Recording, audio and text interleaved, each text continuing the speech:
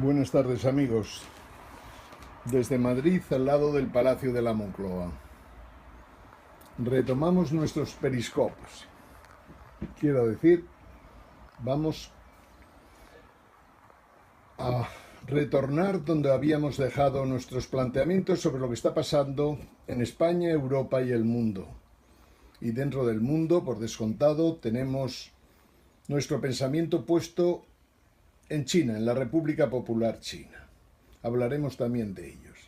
Aquí tenéis un cuadro en el que hablamos de a dónde ha ido a parar el poder. Porque sin dudas de ninguna clase, la reunión del G7 nos ha permitido ver que la cosa no marcha. En el mundo ya no hay una dirección occidental que pretende imponer un nuevo orden mundial. Sigue habiendo majaderos que defienden planteamientos extraños, pero la realidad es que la cumbre de Taormina y de Sicilia ha sido clarificadora. De momento, Estados Unidos está frente a Canadá, por descontado a Rusia, pero sin dudas de ninguna clase contra Alemania. En este cuadro que habla de a dónde ha ido a parar el poder, os pongo 7 puntos, que es lo que normalmente suelo hacer cuando preparamos un periscopio. Y en el fondo, ¿qué queremos que tengáis en cuenta aquí? Aquí hablamos de que el capitalismo, el comunismo, la democracia, las dictaduras, todos los ismos que en el mundo han sido liberalismo, neoliberalismo, en el fondo todos analizan información. Unos la analizan bien, otros la analizan fatal. Normalmente suele coincidir que exista una dictadura, una democracia, una monarquía, una república a lo largo de la historia, en la medida de que son capaces de analizar bien la información y hacerla útil para la humanidad. Hemos hablado del Homo sapiens en el pasado mucho y estamos muy decepcionados del Homo sapiens, o sea, de los humanos que estamos habitando en el mundo actual. Nosotros tenemos conciencia clara en el movimiento científico 7 Jaques que en el siglo XXI la democracia liberal desaparecerá sin dudas de ninguna clase, porque es incapaz de seguir la velocidad y el volumen de datos que termina por hacer obsoleta la democracia liberal, los parlamentos, los senados, las instituciones que habían funcionado desde 1970 fundamentalmente hasta la crisis del 2008. Hoy, desgraciadamente, para los que viven del cuento a costa de estas ideas, neoliberalismos, comunismos, ismos de todo tipo, tienen el problema de que la tecnología ha pasado de la primera a la directa, y la tecnología es la que manda en todo lo que nos rodea, y hay que tenerlo muy en cuenta. Los parlamentos están conformados por verdaderos ineptos que no son capaces de seguir los avances de la ciencia, las ciencias de la vida y la tecnología. Así les va y así nos va. Bien, el cuarto punto que hablaba en este cuadro que dice a dónde ha ido a parar el poder, nos habla del ciberespacio, que cada día es más vital. Hay gente que dice que hay que intentar conseguir que todos los avances de la tecnología sean para mejorar por descontado la vida de los humanos en la Tierra. Lo que no se dan cuenta seguramente es que durante los últimos 80 años hemos permitido que la Tierra prácticamente se viniera abajo. Al hablar de que la Tierra se viniera abajo, hemos conseguido que el Ártico y el Antártico se estén descongelando, hemos conseguido que el cambio climático sea imparable y no hemos sido capaces ni siquiera de ponernos de acuerdo en cosas tan tontas o tan simples como tratar de frenar las cantidades de CO2 y de óxidos de nitrógeno y partículas tóxicas que emitimos a la atmósfera. El ciberespacio es vital y por lo tanto no hay que olvidar lo que os pongo aquí, que en el fondo quiere decir que el ciberespacio está por encima de soberanías, fronteras, privacidades, seguridades. Se acabó la privacidad y tenemos que amoldarnos a esto porque es prácticamente imposible de frenar. No obstante, hoy, en un mundo muy desigual, podemos plantearnos dos cosas. O acabar con la desigualdad, ahora hablaremos en otro cuadro sobre si es posible acabar con la desigualdad, o sea, disminuir la desigualdad, tratar de mantener los estados del bienestar como mínimo como estaban en el año 2000 y, por descontado, frenar cualquier intento de austericidio en Europa que como sabéis, solo beneficia a un país heredero de los nazis como es Alemania. La realidad de hoy, como sigo exponiéndoos aquí, es que la inteligencia artificial, la biotecnología, las ciencias de la vida, las ciencias económicas, todo ha cambiado estrepitosamente hasta el punto de que no podemos tener confianza ni siquiera en los premios Nobel de Economía. El futuro es la tecnología, la investigación y desarrollo y la preocupación por la humanidad, para ver si somos capaces de que en el siglo XXI no desaparezcamos, que no es precisamente muy fácil. En este otro cuadro hablamos de la religión de los datos. Si buscáis en los periscopes que hemos ido escribiendo a lo largo de estos meses, veréis que le damos mucha importancia a los flujos de datos, hasta el punto de que consideramos que todos aquellos que no están hoy día en la red, que no están en la nube, que no utilizan las aplicaciones de Internet, en realidad pues casi podríamos considerar que no viven. Suena fuerte, pero es la realidad. O estás en los flujos de datos o no existes. Vales lo que vale tu contribución al flujo de datos. El dataísmo nace de una gran confluencia a lo largo de los últimos 150 años, que es sumar los avances que Darwin nos aporta con el origen de las especies y posteriormente la máquina de Turing. Alan Turing hace 80 años nos escribió también y nos fue preparando para lo que sería una civilización que se moviera con ordenadores y con datos. Pues bien, la suma de las dos cosas, lo que sería la conjugación de las ciencias de la vida con los algoritmos de todo tipo y variedad, son los que consiguen de alguna manera el que el mundo haya cambiado y que no haya manera humana de frenar esa evolución y ese cambio.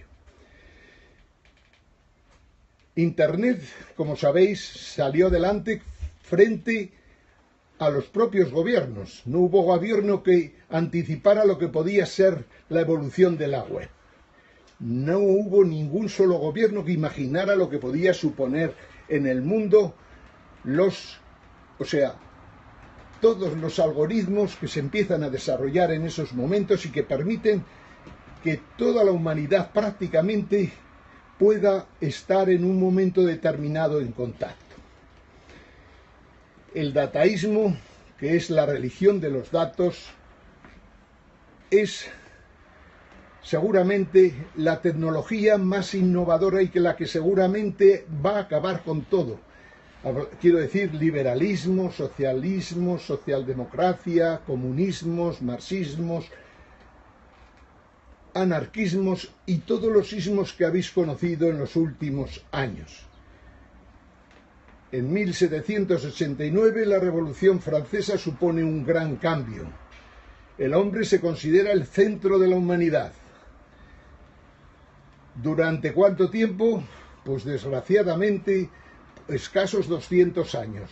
En ese periodo el marxismo y el liberalismo, o el capitalismo, como queráis denominarlo, han sido, sin dudas de ninguna clase, unos movimientos y unos sistemas ideológicos que han impuesto sus reglas a lo largo y ancho del mundo. Primero fracasó el marxismo y ya hace bastante tiempo, ya casi 20 años, ha fracasado estrepitosamente el liberalismo. Parece mentira cómo en estos momentos gente como Ciudadanos en España abandonan una ideología mixta que tenían por una ideología basada en el liberalismo.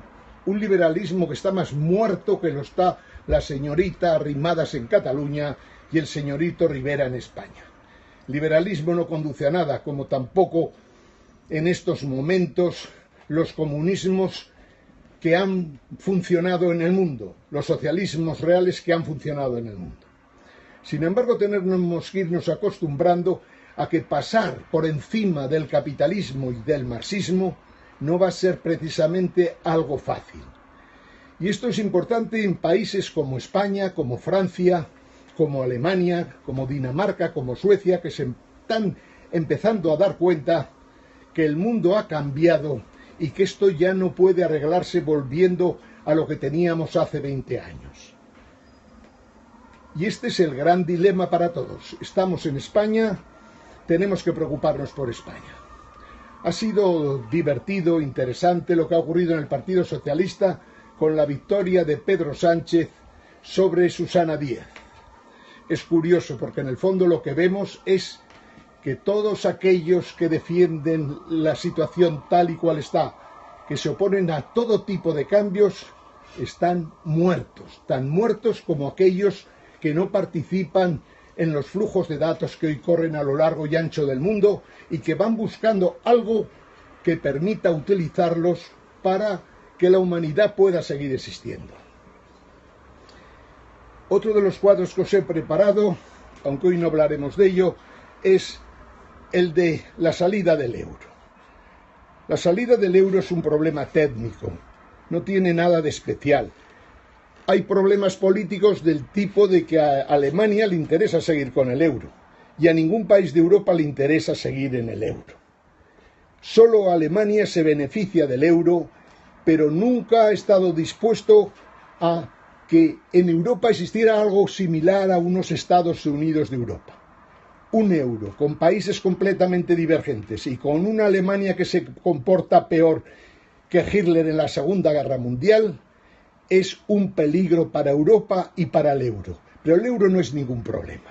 El problema es que en cualquier momento se puede venir abajo, entre otras cosas, porque como hemos dicho tantas veces, el sistema monetario internacional lo podemos dar por quebrado, puesto que los 28 grandes bancos de inversión del mundo, de todo el mundo de Occidente, incluso China incluido, bancos chinos, por descontado, en China y en Hong Kong y por descontado en Shanghái y en Pekín, bancos chinos quebrados como los otros tantos, veintitantos bancos de Occidente, de Estados Unidos, de Reino Unido, de Europa, de Alemania, completamente quebrados.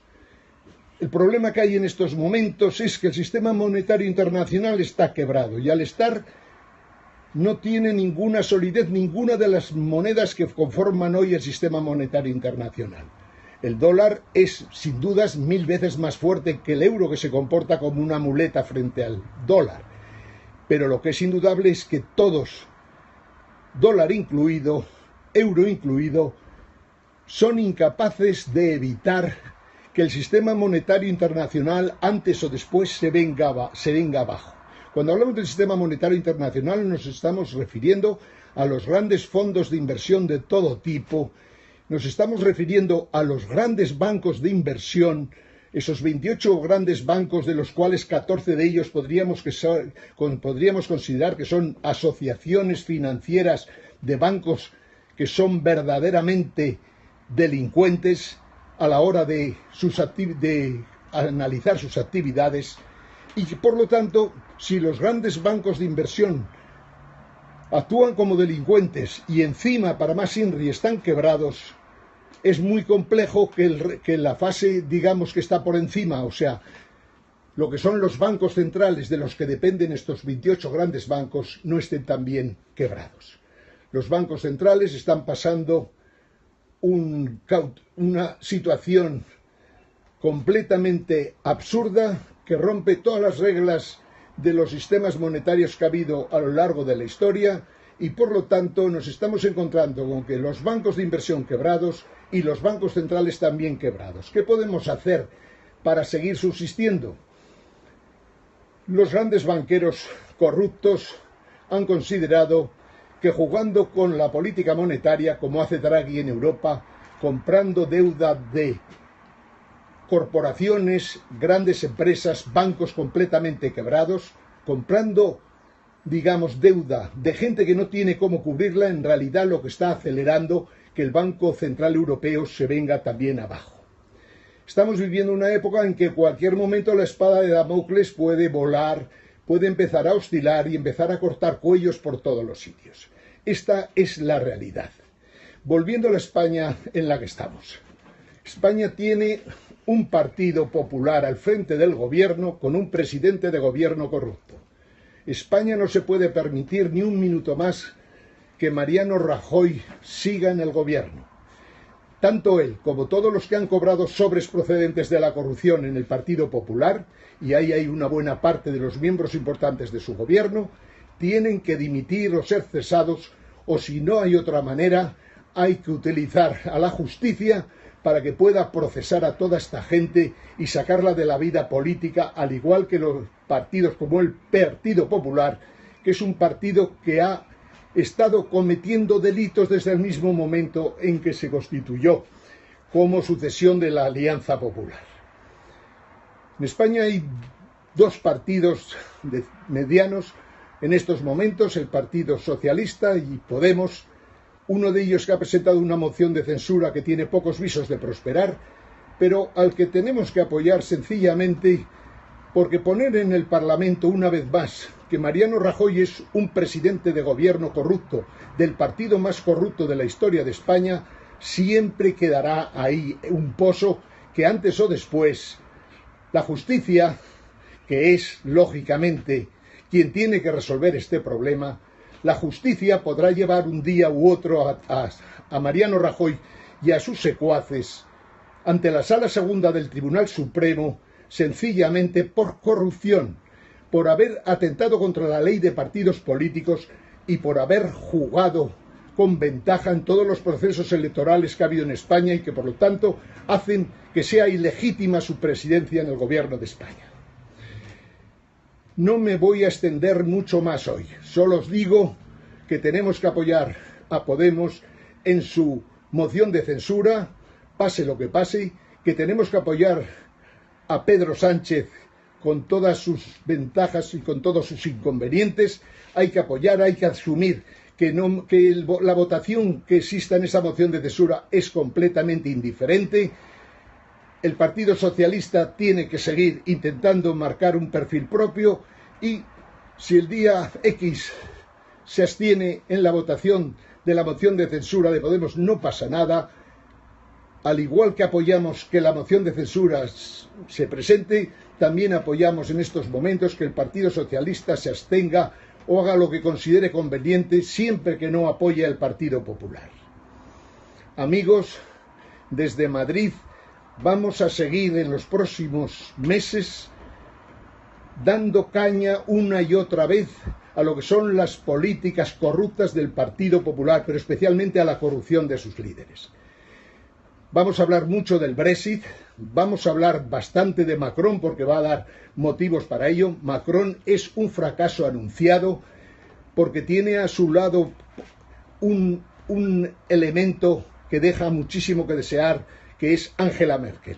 Angela Merkel nunca admitirá que la Unión Europea pueda funcionar con igualdad de derechos y oportunidades para todos. Y por lo tanto la Unión Europea no nos sirve prácticamente para casi nada, como no sea para disfrutar del ámbito cultural y para disfrutar de las maravillas que Europa ha ofrecido a lo largo de estos 2000 años a los ciudadanos, hoy seguramente peor que en otros momentos anteriores, pero mucho mejor de lo que ha pasado en los últimos siglos.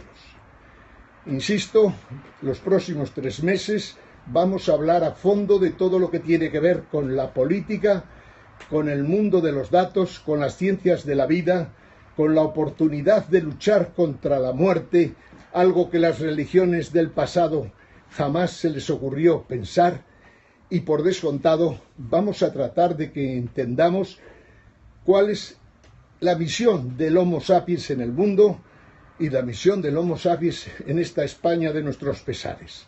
También hablaremos estos próximos días de la justicia española, de Florentino Pérez Rodríguez, del señor Villarmir, de los casos Lezo, Gürtel, etcétera, etcétera. Creo que no os vais a aburrir, pero trataremos de ser sistemáticos para que podáis, con estos cuadros que os preparo, disponer de una fuente para encontrar información y, con lo que os expliquemos, el tratar de hacer un discurso que merece la pena que tengamos cada uno de nosotros. Desde Madrid, al lado del Palacio de la Moncloa, amigos, Ángel Gimeno.